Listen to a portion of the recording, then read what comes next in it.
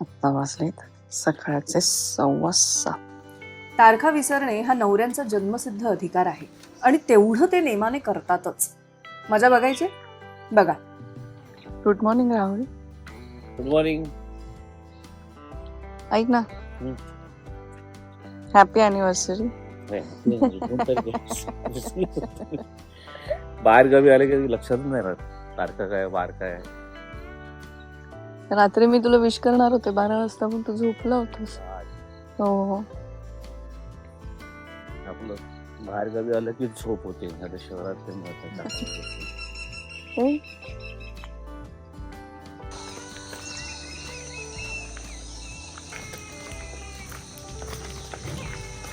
कसला आवाज आहे? घार आहे. केवढी आहे ती ओरडत होती.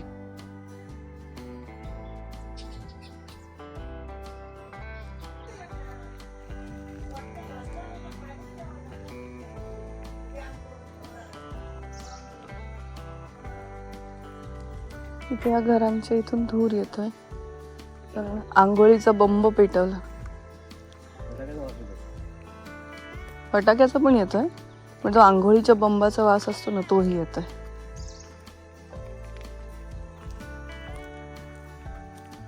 आरसा ठेवला इथे वर. म्हणजे मुंबईत मॉलमध्ये ते गोल आरसे असतात तसा, वा गाडीचा आरसा ठेवला. ऍक्च्युली एसटीला साडी असेल ते. हा,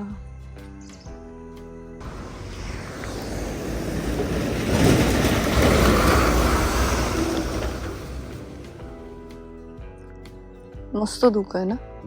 पण आता आपण 2 दिवस जो काही पाऊस बघतोय कोकणात, तो नाही कधी बघितला. हिवाळ्यातला पाऊस.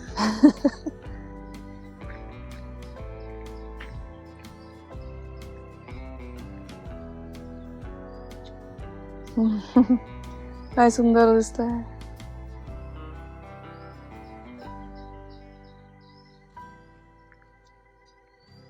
सूर्य उगवला, मोर घरडा प्रभात झाली. नाही, मोहर धरेल आता थोडं. पाऊस हा हे ना अनपेक्षित आहे. नोव्हेंबर दिवाळीत पुढे पाऊस पडतो. आत्ता मोहर नाही धरणार, डिसेंबर नंतर मोहर धरतो.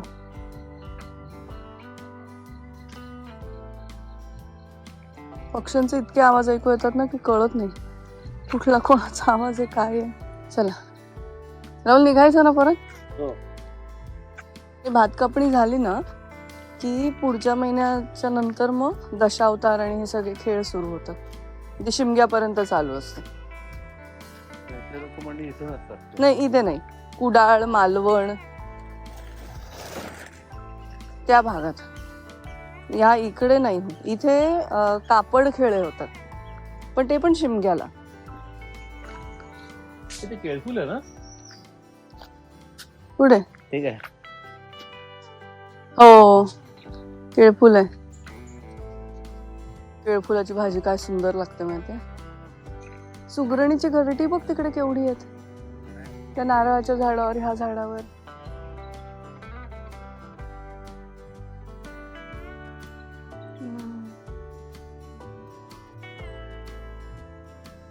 चला वर जाऊया ना. 7:45 वाजले, आपल्याला आवरून निघायचंय. आता वाजलेत 11:20. आर्य रेडी? यश, तू रेडी? कसं वाटतंय ऊन? ऊन जरा जास्त आहे असं दरवर्षी वाटतं. भर उन्हात पाऊस करून आभाळ मनात आहे. पावलं चालत राहतात पण मन चालत नाही. घामाशिवाय शरीरामध्ये पुरत. तितक्यात कुठून एकदाच सूर्यासमोर येतो. उन्हामधला काही भाग पंखांखाली घेतो. वारा उन्हाळ मुलासारखा सैरा वाऱ्या पळत राहतो. झाडा फुला पानांवरती, छपरांवरती चढून पाहतो. दुपार संध्याकाळचा सुरू होतो पुन्हा खेळ. पुन्हा मागून चालत येते गार गार गार. कातरवर चक्क डोळ्यांसमोर ऋतू ऊस बदलून घेतो. पावसाआधी ढगांमध्ये कुठून गारवायचं. Oh my God. The Armored Avenger. I love you 3000.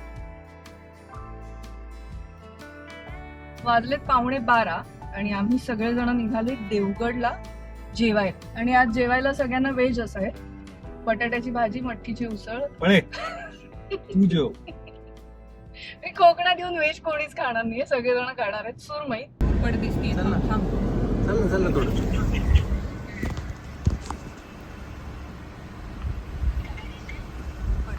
साईडला जा ना. येऊ जोरात घ्यायला लागेल. आता जाऊया मस्त सुरमई खायला.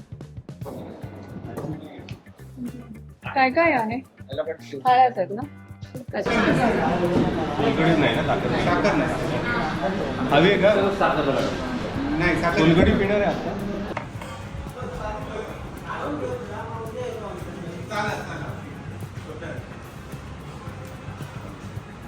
काय ऑर्डर केलं? मी मटन थाळी ऑर्डर केली, सुरमई फ्राय आणि बोंबील फ्राय. बोंबील फ्राय आर्यनी ऑर्डर केलाय, पण आम्ही सगळेजण त्या त्यांनी एक न खाणार. सांगितलं, 3 सांगितलं. बाई विषय. मॅम अपेक्षा मॅम, गुज्जू मॅम आमच्या. Gujju ma'am, what are you going to eat? Obviously veg थाळी. चिकन थाळी, आणि सुकं थाळी. चिकन थाळी आणि सुरमई. काय खाणार आहे? सुकं चिकन थाळी आणि बोंबील फ्राय. हा काय आपण काय चिकन थाळी, सुरमई फ्राय, बोंबील फ्राय आणि आणि मी ऑर्डर केली चिकन सुक्का थाळी. त्याच्याबरोबर मी खाणार आहे सुरमई फ्राय आणि आर्याच्या प्लेट मधलं बोंबील फ्राय. काय काय खाते अपेक्षा? ही फ्लॉवर, वाटाणा उसळ आहे. हा. ही फ्लॉवर बटाट्याची भाजी आहे, वरण, सोलकढी, एकदाची आमरस, ही ज्वारी तांदळाची भाकरी, चिप्स, बीटरूट, कोशिंबीर, कोशिंबीर, लोणचं लोणचं आणि पापड. आणि चष्मा. पापड हा पण खायचा आहे. पापड इज लुकिंग व्हेरी इंटरेस्टिंग. आणि दुसऱ्याच्या ताटाचं पापड थापायला जी मजा येते ना. आत्ता खाते सुरमई फ्राय.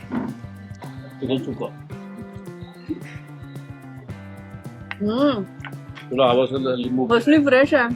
कवरिंग पण तू हो नाही काय बोलतच नाही तू असं करून. आणि मला माहितीये की आजही सगळेजण तुडुंब जेवणार आहेत आणि आउट होणार आहेत, जेवून आउट.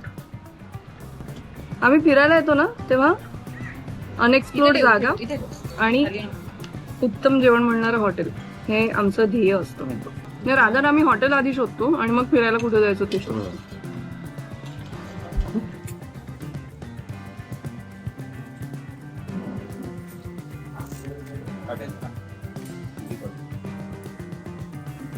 गरम आहे गरम.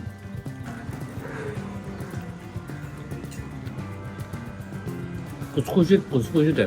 चकली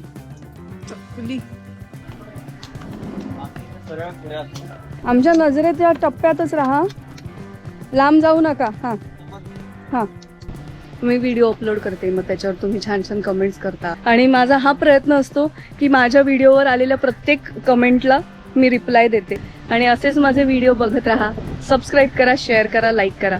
पण मी हे जरी बोलले असले तरी हा दिवस अजून इथे संपलेला नाही. आणि सध्या आपण आलोय देवगड बीचवर.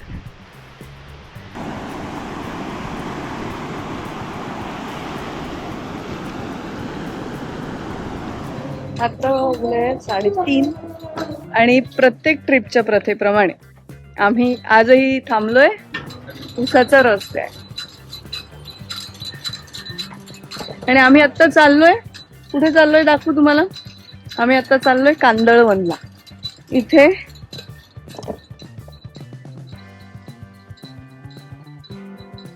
चाललोय वाडेकर काकांची कांदळवन सफारी अँड टुरिझम. बॅकवॉटरची सफारी आहे ती, 1 तासाची सफारी आहे ती करायला आम्ही चाललोय आता. तुम्ही जर माझे कोकणचे सगळे ब्लॉग्स बघितले असतील तर त्या एका ब्लॉगमध्ये आम्ही इथे उसाचा रस प्यायला थांबलोय. कुठल्या ब्लॉगमध्ये आम्ही इथे थांबलोय हे मला मेसेज करून कळवा. आणि कोणाच्या व्हिडिओमध्ये तुम्हाला ते दिसलंय, माझ्या यशच्या की अपेक्षाच्या, तेही मला सांगा. कमेंट करा, कमेंट मेसेज नका करू.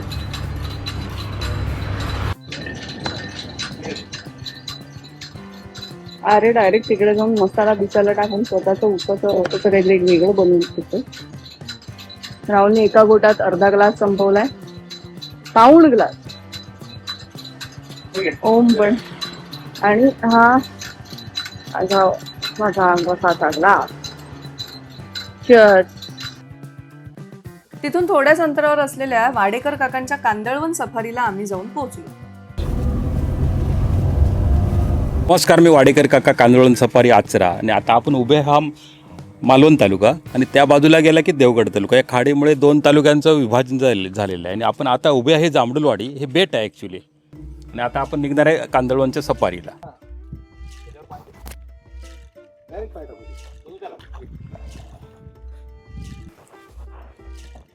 कसं जाणार?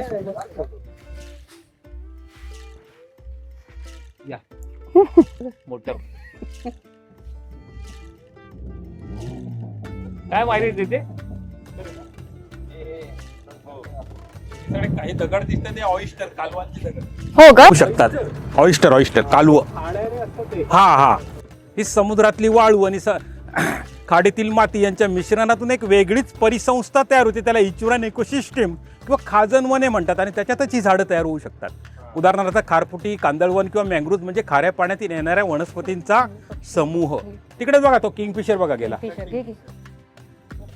एक झाड 2 ते 3 गुंठे जमीन व्यापून ठेवतं. त्याच्यामुळे मोठमोठी वादळं, पूर, महापूर, भूकंप, सुनामी याची किनाऱ्याची धोपण्यापासून आणि किनाऱ्याजवळच्या लोकांची सुरक्षितता राखण्याचे महान कार्य ही झाडं करतात. एक झाड 2-3 गुंठे जमीन एवढं? किनाऱ्यांची सुद्धा जीवनरेखा असं म्हणतात. हा मुळं हो, पण मग एक झाड हा एवढी मोठी एवढं जाळी आहे कम्प्लीट.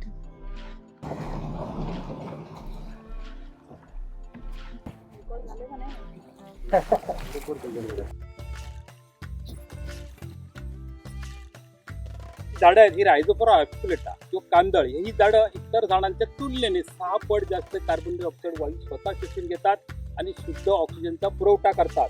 हे हेल्मेट आहे. या ऑलरेडी निसर्गाने त्याला कव्हरच दिलं आहे. आणि निसर्गाने त्याची रचना सुद्धा अशी केली, खालून टोकदार आहे. ती स्वतः जमिनीत पडले की आपोआप खाली चिखलात रुजतात आणि परत झाड होतं. कांदळवनाच्या प्रजातीच्या झाडांची लागवड करतो. लावा 1-2-2-3 फूट असं अंतर सोडून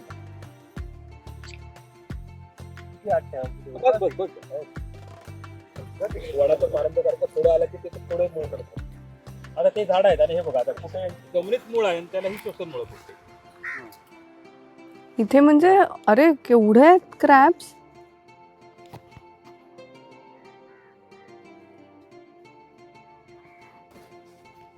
तीन मिळाले.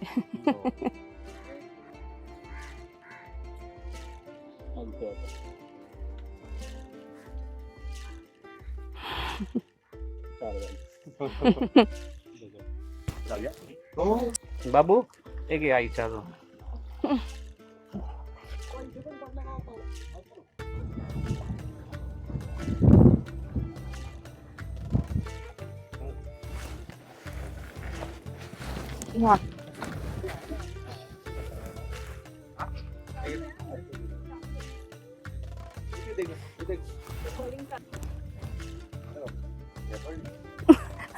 ह्याच्यातून रुतले मी.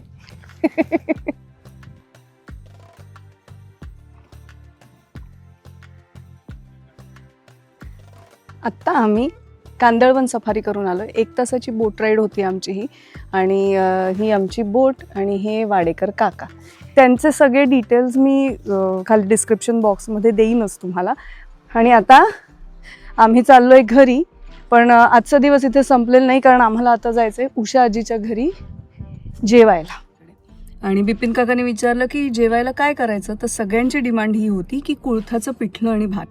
कारण जेव्हा आम्ही बाईक राईडवरती आलो होतो तेव्हा उषाजीला सांगितलं होतं की आम्हाला फक्त पिठलं भात खायचं आहे. तेव्हा तिने कुळथाचं पिठलं आणि भात केला होता आणि सगळ्यांना तो इतका आवडला होता की यावर्षी ऑन हाय डिमांड मी सांगितलंय की मला प्लीज कुळथाचं पिठलं आणि भातच जेवायचं आहे.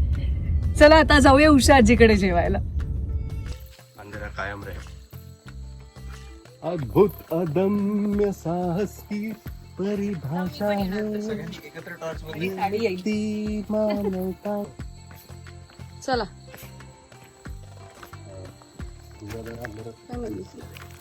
अरे ते फुल होता. मी मला पकडतो.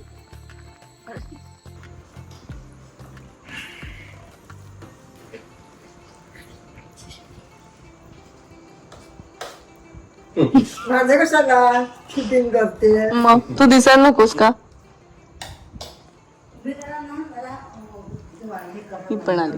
रश्मी काकूच्या हातचे कांद्याचे सांडगे अहो जे मी पहिल्यांदा ऐकले आणि खाल्ले सुद्धा पहिल्यांदा.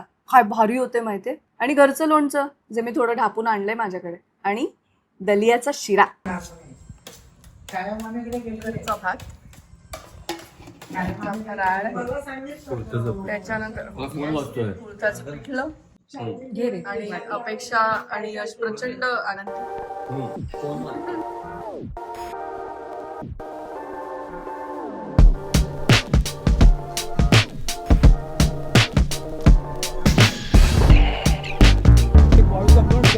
अच्छा, स्वाती नक्षत्रातच होतं. सगळ्यात जर झाले असते तर आम्ही हे असे किनाऱ्याजवळची लोक जिवंत